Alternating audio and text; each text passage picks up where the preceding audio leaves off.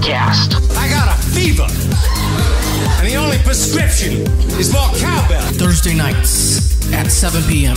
right here on KXVS, the voice of Stockton. This is Miriam, and you're listening to KXVS, the voice of Stockton. You know what I got? I got a picture of his face with the little pillow on, the sleep face, and we're in Chicago. Are they already in Chicago? The one and only Leo Biaz. Hey, Leo. I'm excited to be back, my man. It was 9 days in Vegas. We got stuck in the desert, and we had a little hangover remix out there, man. I wore a wig to school once, and they said no headgear was allowed. How did spider web was it tights. obvious that it was a wig? Yeah. Oh, okay. I was having a terrible fun. Wig. See, this is exactly why we have them on the show, and this is what makes them fun. You're listening to KXVS, the voice of Stockton, 92.1 FM.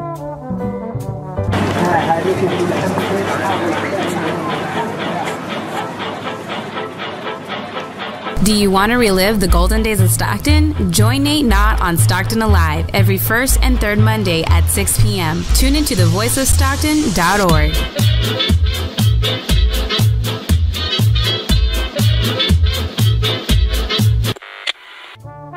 This is Darius Oliver, and you're listening to 92.1 KXVS, the voice of Stockton.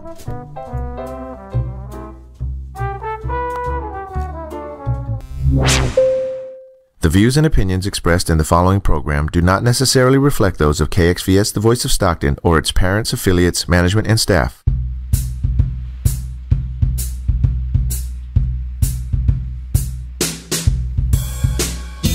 The voice of Stockton on KXVS presents Connections, Peace and Justice Radio with your host, Bruce Judici. And good evening.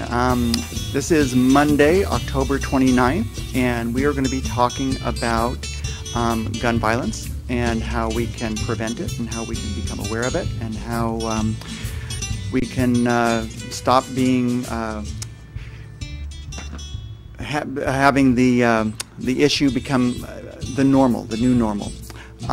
Tonight we're with Cleveland School members Judy Weldon and Nikki Smith, and right now I'd like to read a response from Rabbi Michael Lerner, who is a rabbi in the Bay Area, about solidarity after the massacre of Jews in Pittsburgh, because this is the second day after the killing of 11 Jews in a Pittsburgh synagogue on the 27th. And so what his statement reads is, on Saturday, October 27th, shortly after the largest massacre of Jews in U.S. history took place in New York, I received a message from the leadership of the largest African American Baptist church in Oakland, California. Recalling that we at Tikkun had brought dozens of our subscribers and members to their church on several occasions when African Americans had been murdered by white racist fanatics, they asked me when Bet Tikkun would be having a service to which they could attend to show their solidarity with us. That was soon followed by messages from a range of Muslim organizations. Was essentially the same message. The attacks on Jews were no different from the attacks on Muslims. We need to all stand together. But why now?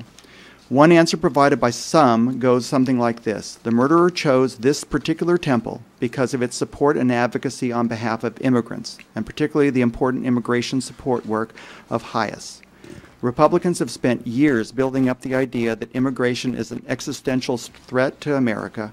Some of them allege that Jews, notably Jewish philanthropic billionaire George Soros, are secretly funding both immigrants and protesters against President Trump and his attempt to preserve America as a white Christian country. What the murderer in Pittsburgh did on Saturday morning is the direct result of that campaign and of Trump's continuing remarks suggesting that Democrats and liberals are disloyal to the United States and seeking to destroy all that is sacred here. So the murderer's finger may have been on the trigger, but a lot of Republicans, including Donald Trump, created the context in which this action would have seemed like merely acting to save the country from forces that millions of Republicans have been claiming to be an existential threat to our country. And their message was heard by many others, including the attempted murderer who earlier last week sent bombs to Soros and several other prominent liberals. If Republicans retain control of Congress in the midterms, it is likely to be because Trump has managed to turn the midterms into a fear-based reaction to what he, with the help of much of the media, portrays as a threat coming from uninvited refugees. This narrative is particularly compelling because of the absence of any call on the part of the United States government to expose and arrest the major manifestation of terrorism in the United States in the past several years, the radical right, with its violence against African Americans, gays and lesbians, Muslims, and increasingly against Jews. Yet this too needs to be contextualized as a current manifestation of the racist foundations of our country with genocide of Native Americans and slavery. And more recently, that violence manifested in the war in Vietnam, to the war and torture of thousands in Iraq in the 2000s, on the bogus claim that Saddam Hussein had nuclear weapons, to the campaign against illegal immigrants by Barack Obama, whose administration expelled more immigrants than all the previous presidents of the United States combined. This pattern of violence and demeaning of the other has become so deeply embedded in the culture of the United States that only a true consciousness transformation will undermine its prevalence in both major political parties. The racist versions of American nationalism must be rejected, but its appeal to people set adrift by the emotional consequences of living in a world in which looking out for number one has severely weakened friendships and contributed to the high level of family dysfunction and divorce. As a psychotherapist, I am very aware of the suffering many Americans face as children when their attachment to parents are broken and they feel rejected and not truly cared for. Anger often masks deep sadness so acute that many people would rather blame some other than heal themselves. The more people feel inadequately respected and recognized, the more that childhood rejection hurts, and the more they avoid feeling that sadness by directing their anger at whoever is the current demeaned other in their society. And if we are ever to reverse all of this, it will require millions of us to approach these broken and hurting people with compassion and empathy that at the moment is in short supply on all sides of the political divide, even as we vigorously reject the racism, sexism, homophobia, and anti-Semitism through which that pain gets expressed. Our efforts to build a peaceful world require us to act peacefully now and always, to break down walls of separation with bridges of connection, to crack open aching hearts with fierce love and compassion, to critique and challenge evil behavior without diminishing the humanity of the actor. We stand in solidarity with all the others of our society whose lives are threatened and endangered by acts of violence and continue to commit to loving the stranger, the other. In the final analysis, the only real way to resist the growth of fascistic consciousness is to build a movement that replaces American first with love first. The good news is this: despite the negativity, hurtfulness, and evil that has increasingly gotten support by the Trump administration and sections of the Republican Party, there is a fundamental decency and goodness in most people on this planet and in the United States. We see that in the love pouring out towards the Jewish community from all sectors of this society. It is our task to affirm and strengthen that loving energy rather than sink into despair. And that was from a statement by Rabbi Michael Lerner, who's a progressive leader in the Bay Area synagogue. Anyway, so starting off with that, we introduce our Cleveland School Remembers folks who started working on against gun violence years ago. And I would like to ask you to what your experience was, what happened at the Cleveland School, and what are you working on right now?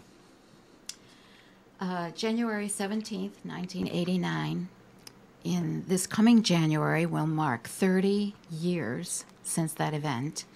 A gunman came onto our campus during recess. There were 400 children on the yard, and he went to the back of the yard on a little street in the back, and he started firing with an assault weapon right across the yard. 30 people were injured, and another 5 children died. One of the injured was also a teacher. And that was the first real mass shooting. There had actually been another school shooting, and it was a one-on-one person kind of thing, but it was the first mass shooting. In the United States? In the United States. It was, of course, an anomaly. We thought nothing like that could ever possibly happen again. It was a one-time thing, and all of that hatred and anger would go away. It was especially horrible for the victims because in 1989, we were still receiving Southeast Asian families from the camps in Thailand and in the Philippines, escaping their own genocide in Laos and Cambodia. So they came to the United States for freedom and for safety and to give their children a safe life here. A lot of the people that came were not educated. They were farmers because many of the educated people had already been killed in their country.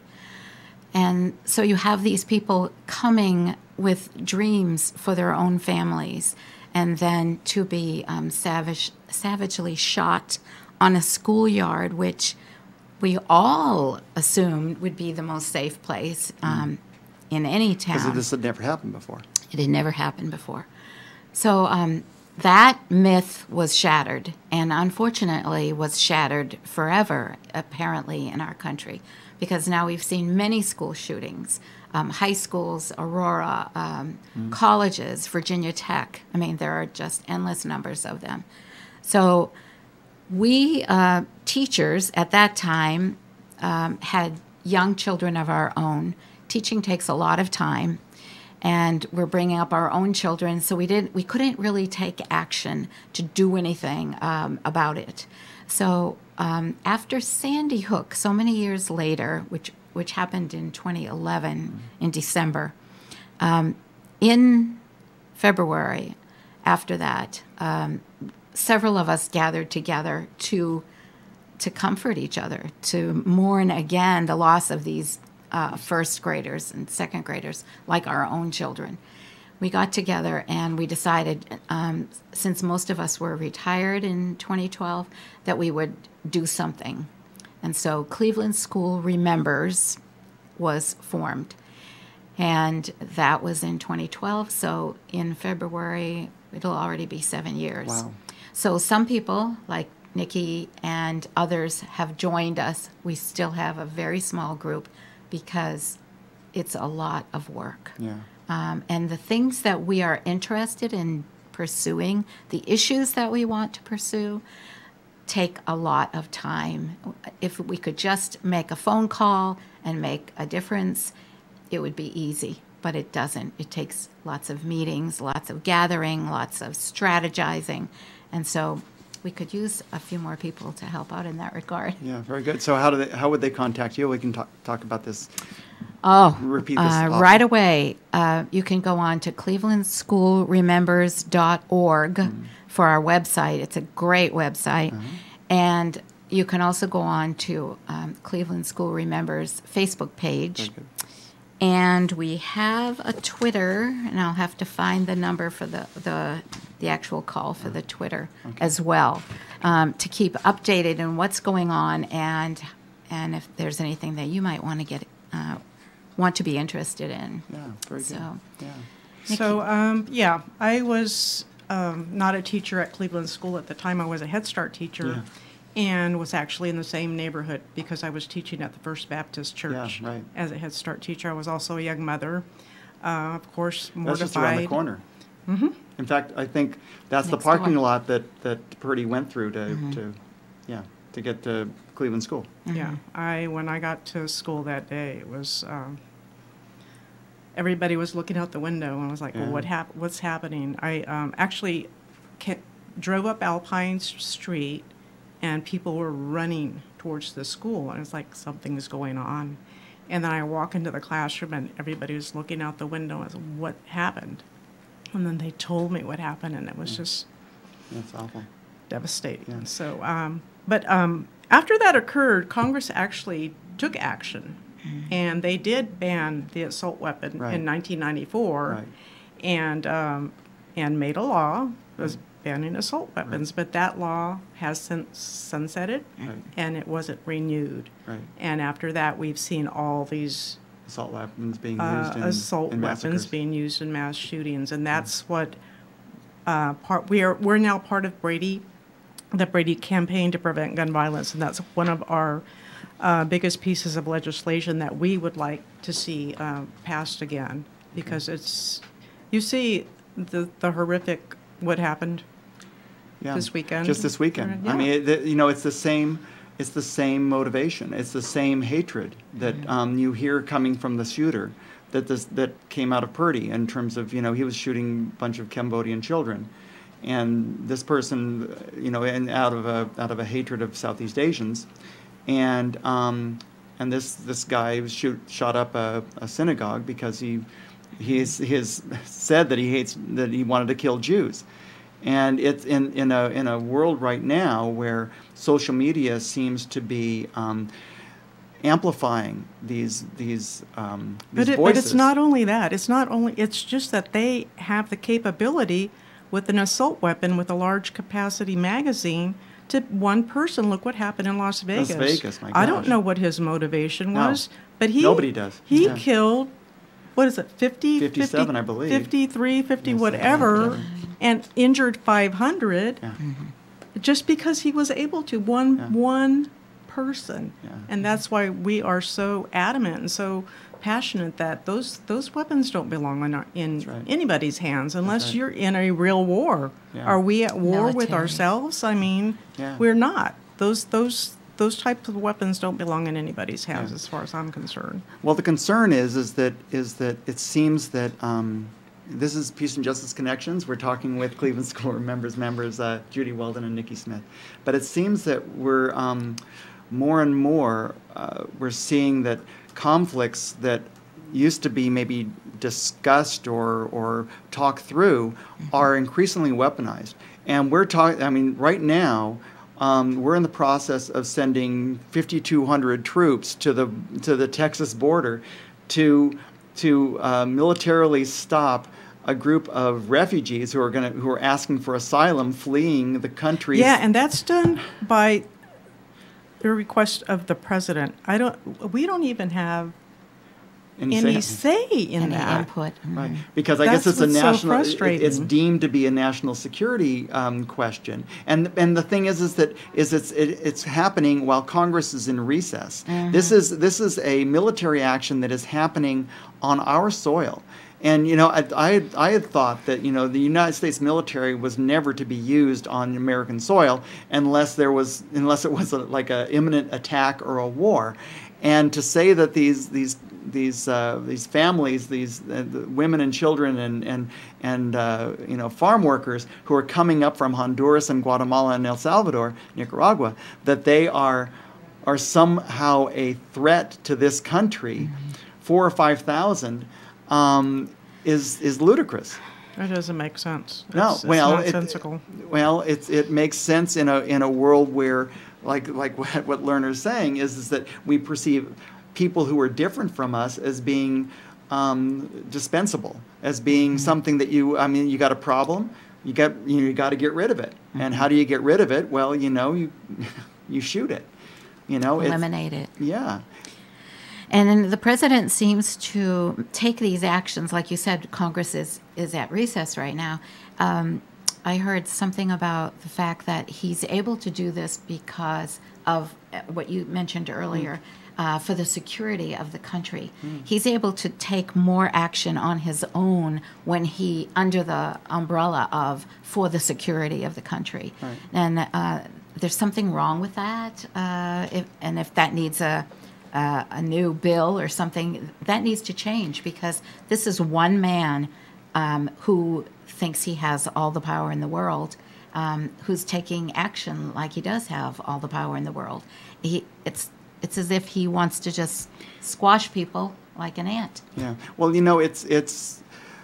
it's been building that Congress more and more has been willing to defer to the president for foreign policy types of actions. Mm-hmm. And so at one point, in the Vietnam War, after the Vietnam War, there was a War Powers Act that was passed that said that Congress had to act in order for a military operation to continue. And Congress has continued to defer to the president's judgment on just about any sort of military action. And right now, I mean, when President Obama was putting out drone strikes in Yemen or in different countries that had nothing to do with the 9/11 disaster, they used that authorization for military force, that authorization to say, well, it somehow is going to keep terrorism from happening in the United States. And I don't know if that's the thin reed that Trump is depending on this. Because he's saying, oh yeah, there's ISIS people who are infiltrated within this caravan, and they're dangerous. And so by saying that, he can say that, well, this military action is authorized by the 9/11 authorization. I don't know.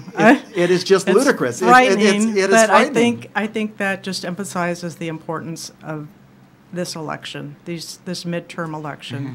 That blue wave really needs to happen. There has to be, because right now there's no check on Trump, on the president, and there needs to be, because the Republicans aren't doing anything. They're not holding him in check. Right. Yeah, and not acting as an equal body. They're just acting subservient to his needs. Absolutely. Yeah. So back to the current gun situation. I mean, we've had this in the last year.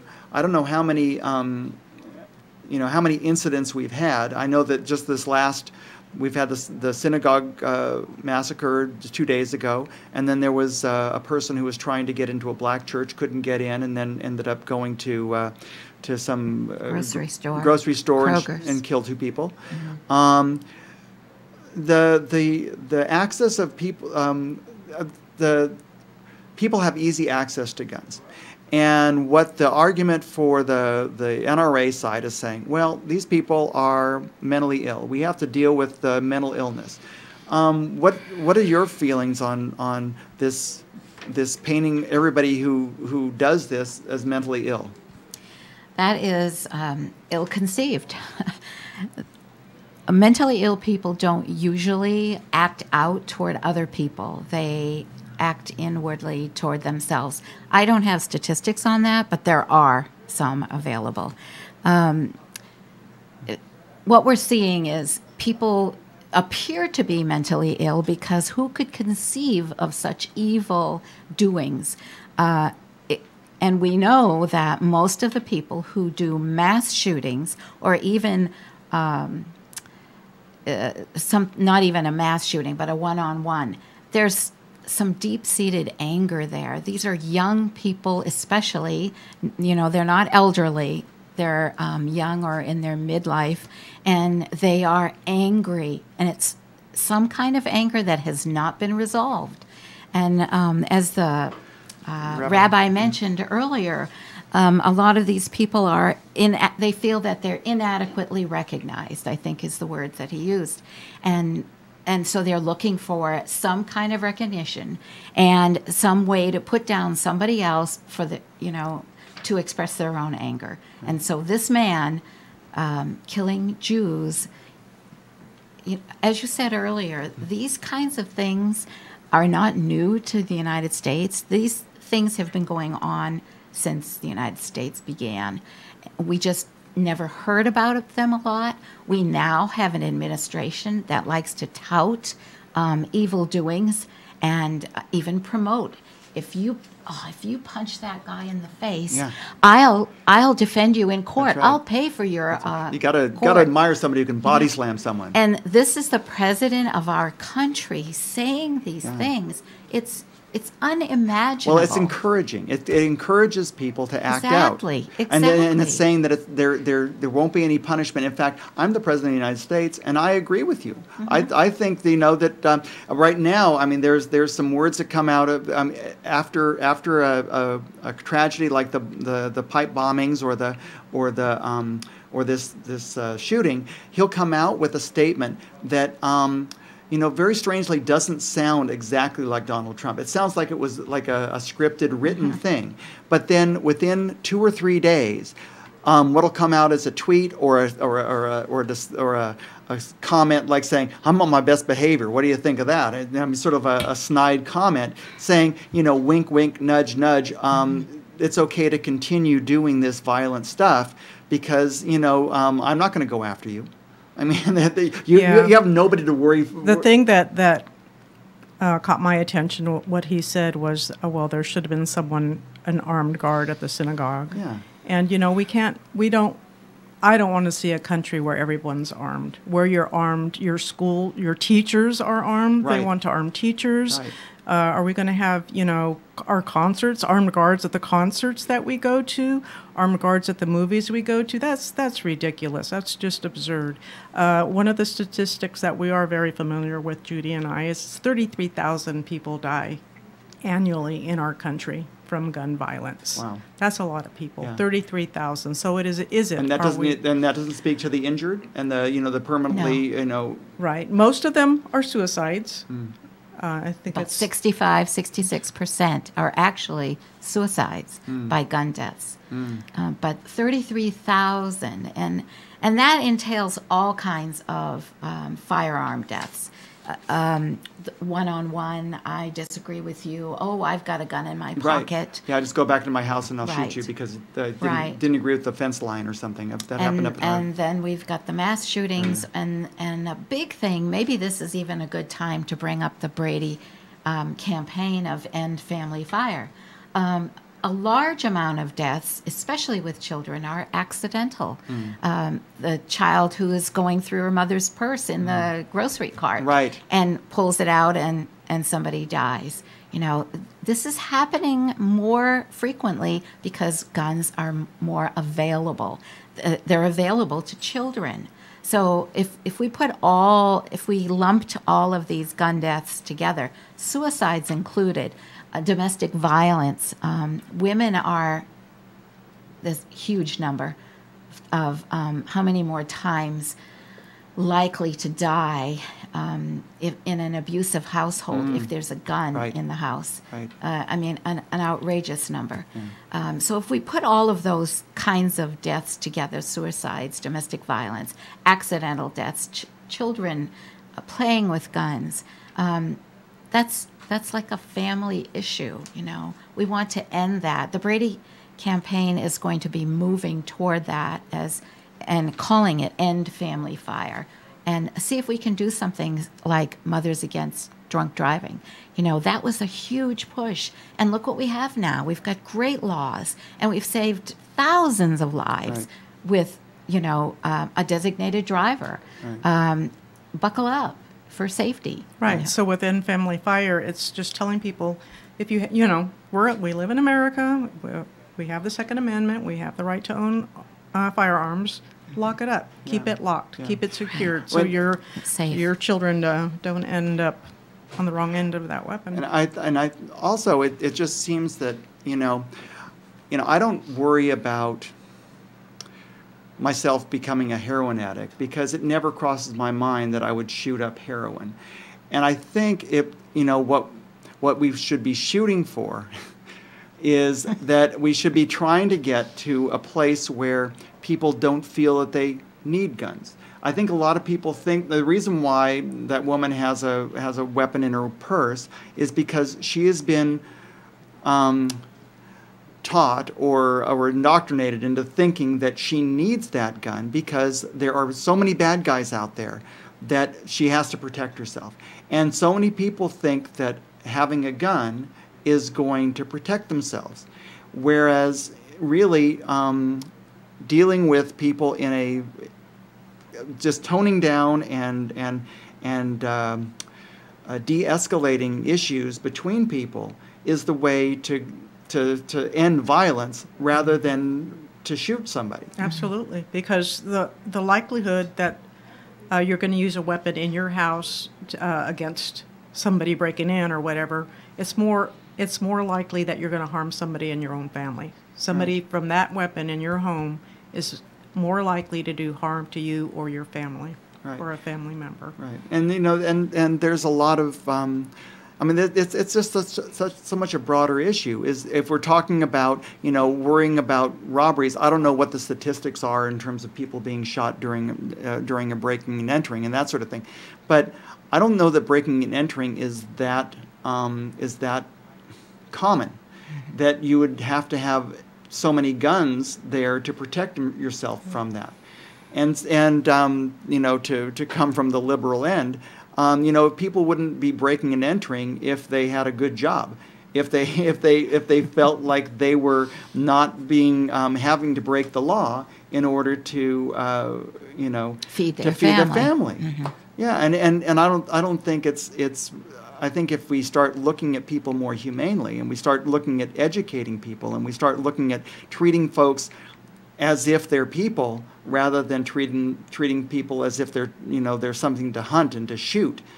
I think we'll go a long ways towards ending gun violence. So is it okay for us to talk about candidates during this talk show? Or yeah, we can. We don't really go and endorse folks, but the thing is we can talk about candidates' positions on issues, and then say if a certain candidate is for certain legislation and another candidate isn't, I think it's up to the listener to decide whether or not they agree with one or the other. Yes, because we won't say to vote for them, but we do have some stark statistics or ways that congressional candidate Denham has voted. Because we're 8 days away from an election, right. and this is an election that will decide whether or not the House of Representatives in particular goes Republican or Democrat, because we have right now there's just one party rule, and there's no check on anything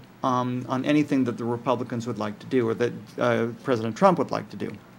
So anyway, so you're saying that Jeff Denham has some positions on gun violence? Yes, there is a bill in the House of Representatives. It's H.R. 1181, mm-hmm.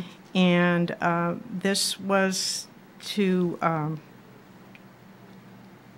regarding the veterans. Some veterans are deemed unfit to own a weapon because of their mental capacities, because of stuff that they had gone through, and post-traumatic stress, and this bill was going to eliminate that provision, keeping those weapons out of the veterans' hands. And veterans, there's a lot of suicides that go on. Mm-hmm. Veterans I think it's 8 veterans a day commit suicide. Yeah. It's pretty stark. It's horrible, and this is something that Denham voted for. He voted for allowing veterans who have serious post-traumatic issues to have guns. Yes. Right. 20 veterans a day. 20 veterans a day? Take their own lives, the majority of which use a gun. Yeah. 20. Yeah. And when you think of that, and you think of it could be my son or my brother, and when we know that so many of them are coming back with traumatic stress. Well, Peace and Justice Connections has pretty reliably come out against military interventions as a way to solve international problems. And part of the reason isn't so much. There's so many reasons, but one of the reasons is what it does to our veterans in terms of what sort of mental capacity they come back as, having done what they were asked to do when they were overseas. In terms of when people die overseas, there's somebody killing those people overseas, and most of the times those people, if our troops are engaged, some of our troops have been engaged in doing some pretty horrific things. I remember my dad was he was in Patton's Army in World War II, and he did not come back the same guy he went over as.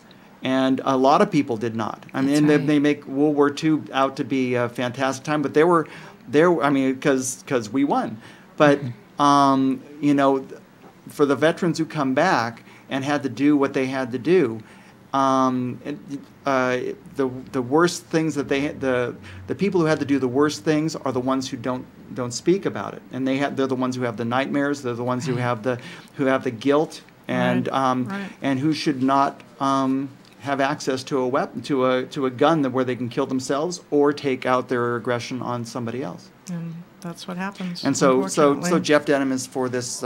Yes, for this. He voted for that. He is opposed to the ban on assault-style weapons or limiting magazine capacities. Okay. And it's 97% of Americans are for banning assault weapons. So didn't a bill come out after the Las Vegas. Las Vegas, right. Yes. There was like against the bump stocks, and then also about high-capacity magazines. Right. And you would think that would have gone somewhere, but it didn't. It hasn't. It's still... But, and I don't have all the details, but do you remember when our president said, oh, let's get to work on banning those bump stocks? Yeah, I remember that. And guess who intervened in that thought?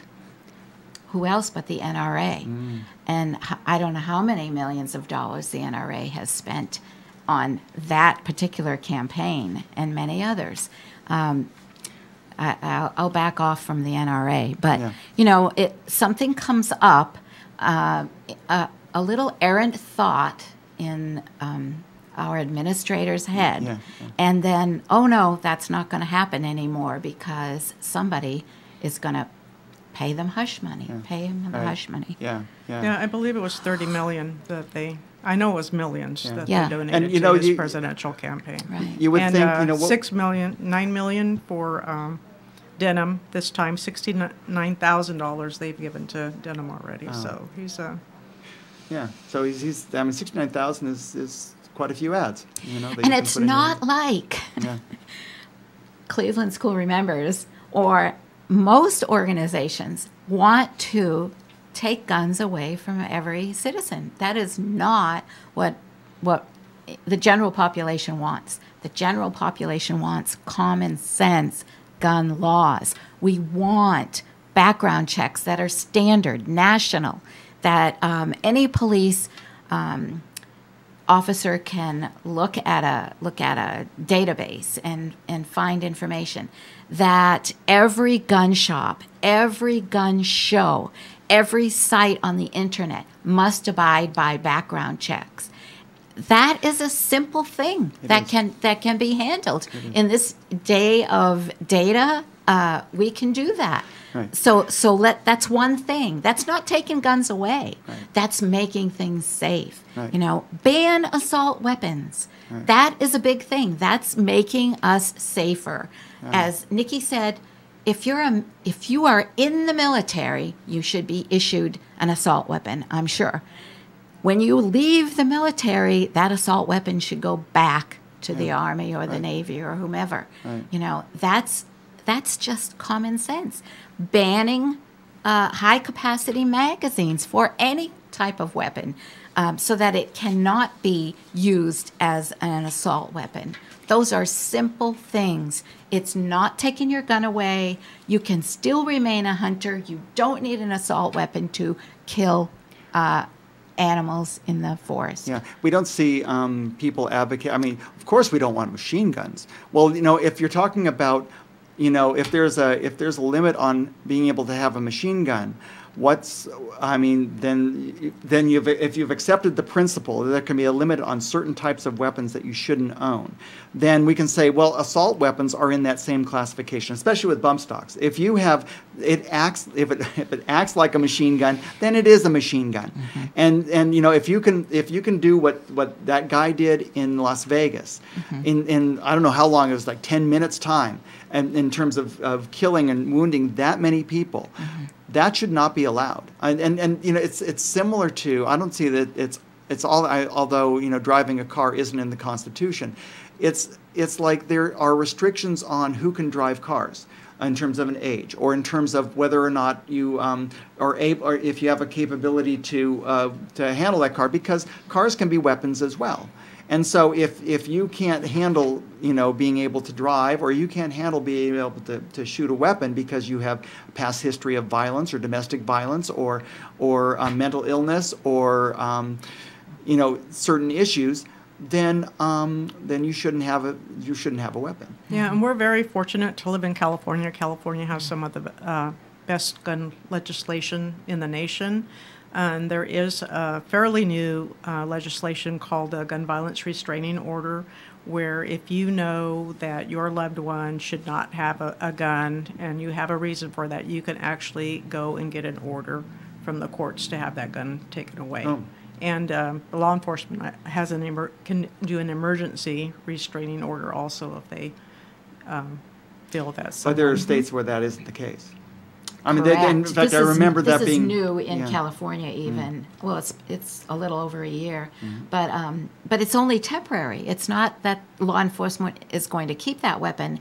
It's when the court deems the person well enough to take the guns back. So it's a temporary thing, and that's a common sense solution. And I'd go back to the whole creating a society where we don't feel like we have the need for these weapons, where people don't, I'm not saying that an Ozzie and Harriet type of world was wonderful. I mean, I think the jazz was great in the 50s, but I think the Jim Crow laws really sucked. But the thing is that you didn't have this sort of violence back in the 50s. You didn't have people, and I don't know if it was if it was a mindset, if people just didn't have the idea of doing this or acting out on this sort of violence, on this sort of incitement that we're getting now. I mean, and I do think if you go to social media, I think we didn't have social media. Yeah, and social media is just sort of an amplification of people's it runs rampant. People are not restrained as to what they say. In fact, they were saying the killer on the synagogue killer, that that in his neighborhood you would never know this guy was even there. He was quiet, to himself. But on social media, he was just this rampant racist and rampant anti-Semite, and that he would just come out as being, because he couldn't act that way in face to face with people because he would get some kickback. But if you go into social media and you go into your little corner and you're into your racist den, then it's just sort of like an echo chamber. It's a whole new world. Yeah, and it's the same sort of thing with right-wing talk shows and with Fox News and with this amplification, this and it doesn't help when the president calls actual factual reporting, it calls that fake news, to the point where people go, well, gee, I mean, are facts really facts? And I think Giuliani said something like that the truth isn't truth. Truth isn't truth. isn't like, okay, truth isn't truth. Yeah. So that's anyway, frightening. so is there anything else on the campaign trail that so Denham is on the record for this? Is the person he who's opposes universal background checks, which is huge because a great percentage, a majority of Americans are for that because that makes sense, like Judy was explaining to us. He opposes the Department of Justice regulation of armor-piercing rounds of ammunition. Can you imagine that? What is the use of armor-piercing ammunition? That would be something the military would use. Would we use that in the street? Would I carry that kind of a weapon for any reason? A hunter? Would a hunter carry that kind of a firearm? How is that more logical than a machine gun? I mean, why would you need that any more than you would need a machine gun? You pick the right word, logic. These are issues or items of logic, and that's what we're lacking a lot of in administrative behaviors. There's no reason for some of these things. It's all greed. It's greed. It's total greed. It's greed. Well, for money reasonable selling for selling weapons and selling ammunition and selling Yeah, it's selling armor-piercing. Yeah, I mean that's it's sort of an offshoot, or maybe I don't know which is an offshoot of the other, but the same sort of thing with the military. I mean, it is a self-perpetuating industry that feeds on violence. That if there is no violence, there is no market for bombs. There is no market for weapons, and there is. It's a whole other topic. Well, and the thing is, let's upgrade our nuclear weapons because they're old. Well, or let's get rid of an INF treaty because somebody else is cheating on it. Well, how if we just try to get them to adhere to it rather than throwing out the treaty and start making our own bombs? Exactly. Because the thing is, it's good for business. Why are we not cracking down on Saudi Arabia after killing the journalist? Well, because they bought so many of our bombs, and they're going to buy more of our bombs.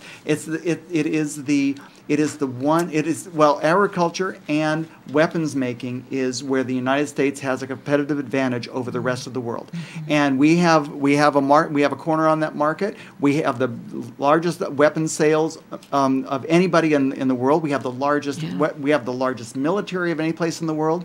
We throw away so much money on the military that we don't have any money left over, and now we're saying after this huge tax cut and after the huge military increase that they're going to go after our Social Security and Medicare, that we can't afford Medicare for all. Because why? Because we're spending so much money on the military, and it's sort of an offshoot it's this whole insecurity market.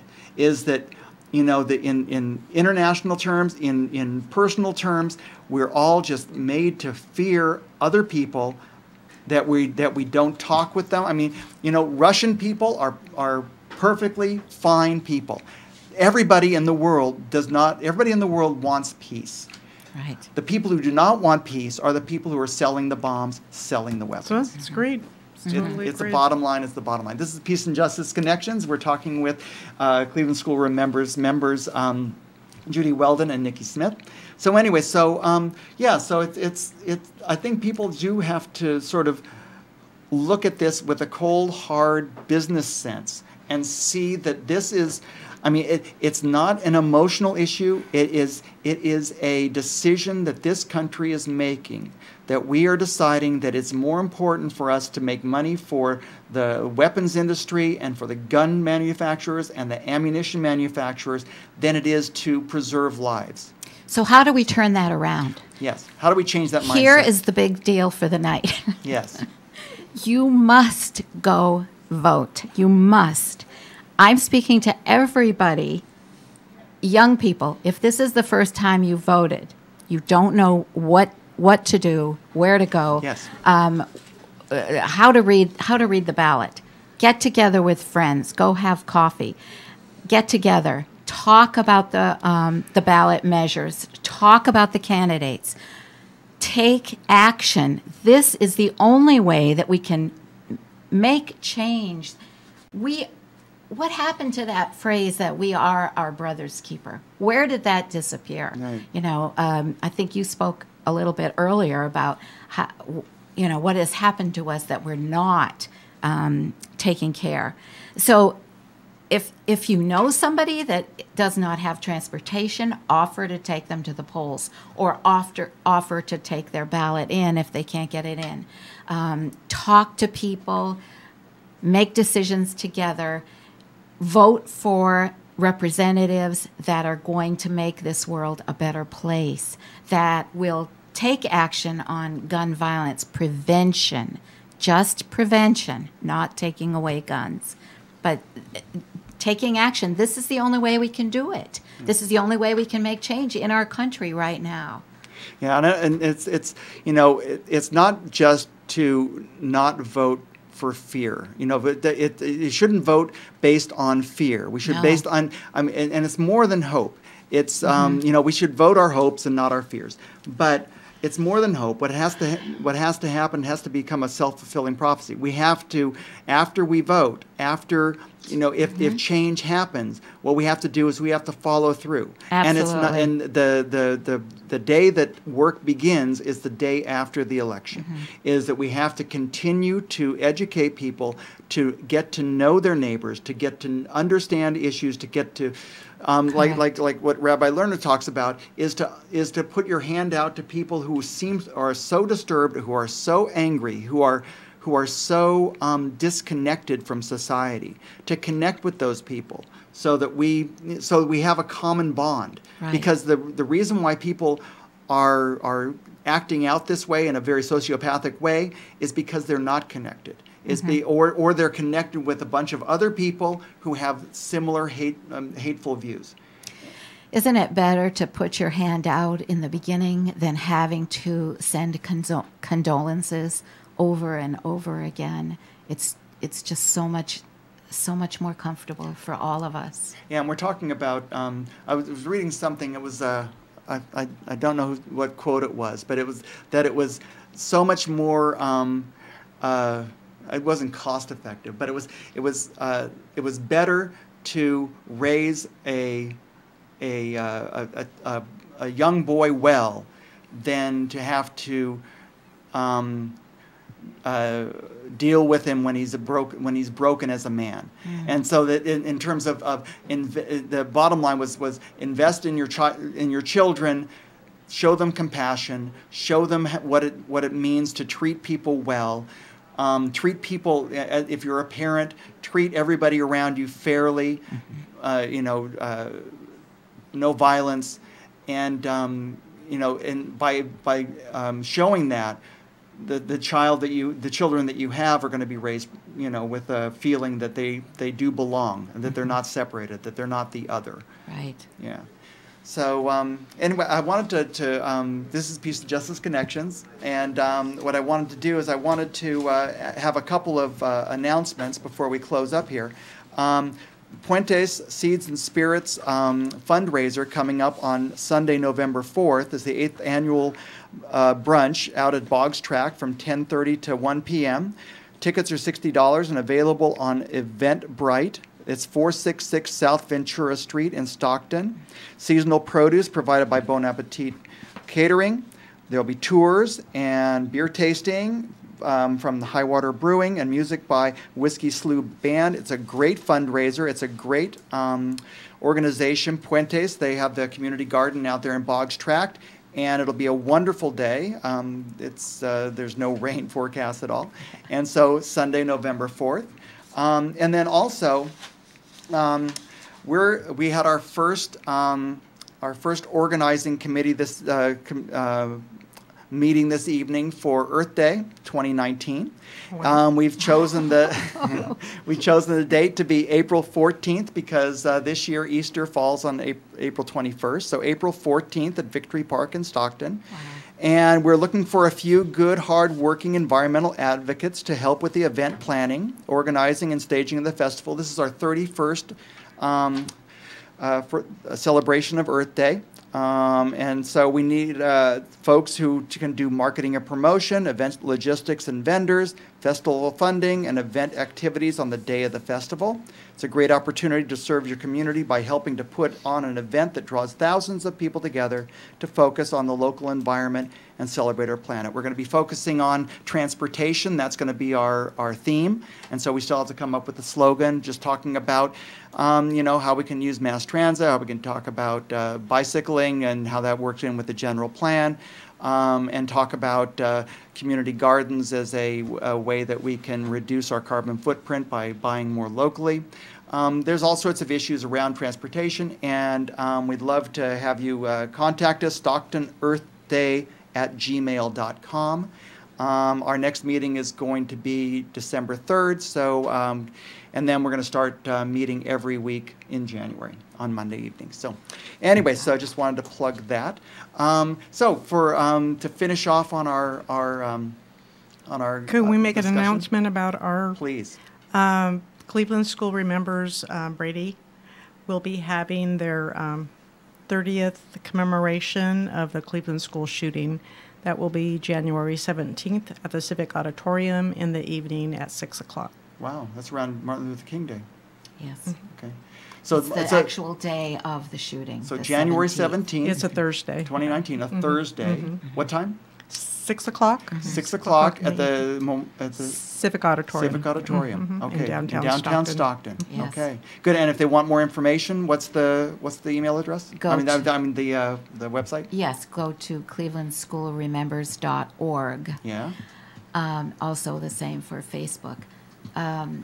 Also about the commemoration, it's not just for Cleveland School. We invite all survivors of gun violence, parents, siblings, children who have lost a loved one to come to that evening. Very good. Okay. Well, good. Well, we are getting close to an election. I hope that people do get out and vote. It is very important. It's in a democracy, if we don't vote, we have a good chance of losing our democracy. And right now, it feels like it's just a little raw right now. We're on the precipice. Yeah, it's really close. So anyway, Nikki and Judy, thank you so much for your time. Yes. This is Peace and Justice Connections. Good evening.